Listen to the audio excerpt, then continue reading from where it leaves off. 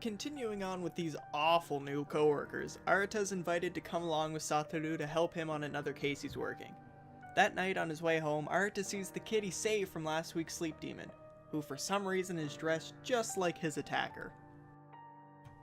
Satoru is traded as obvious douchery for a more passive-aggressive attitude, thanking Arata for just how important he is and how much he appreciates his help. Just to show his appreciation, he brings Arata to the Olympic Stadium to speak with the others there. Once arriving, we're greeted with a creepy atmosphere of an unfinished stadium crawling with mysterious eggs lining every surface and even hanging from the walls.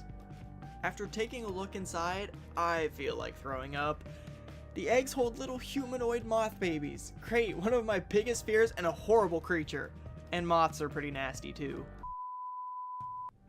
Without being able to communicate with them, Satoru informs Arata to go back to his normal office tomorrow while the big guns from City Hall burn all the eggs alive tomorrow night. Back to our much superior sidecast, including our best boy Theo, the team pieces together what those eggs are for thanks to a tip from Amber. Meanwhile, Satoru is about to make a horrible mistake. He leads a large team to the stadium with talisman to burn the eggs without affecting the area in general. Not long after starting, the Another's mother finally appears to protect her young, wrapping all the officers up in cocoons while Arata receives a phone call from one of them, terrified watching everyone they work with get attacked. Now I think this is the part where I make an incredibly obvious prediction that this will be another scenario where Arata isn't able to simply talk his way out of it. We've seen a rise in the amount of Anothers who aren't that keen on bowing down to the almighty Abe no Seme after Pandora and Azazel. That, along with Amber being close to this Another and the cat missing, everything about this episode is just kind of building up to next week.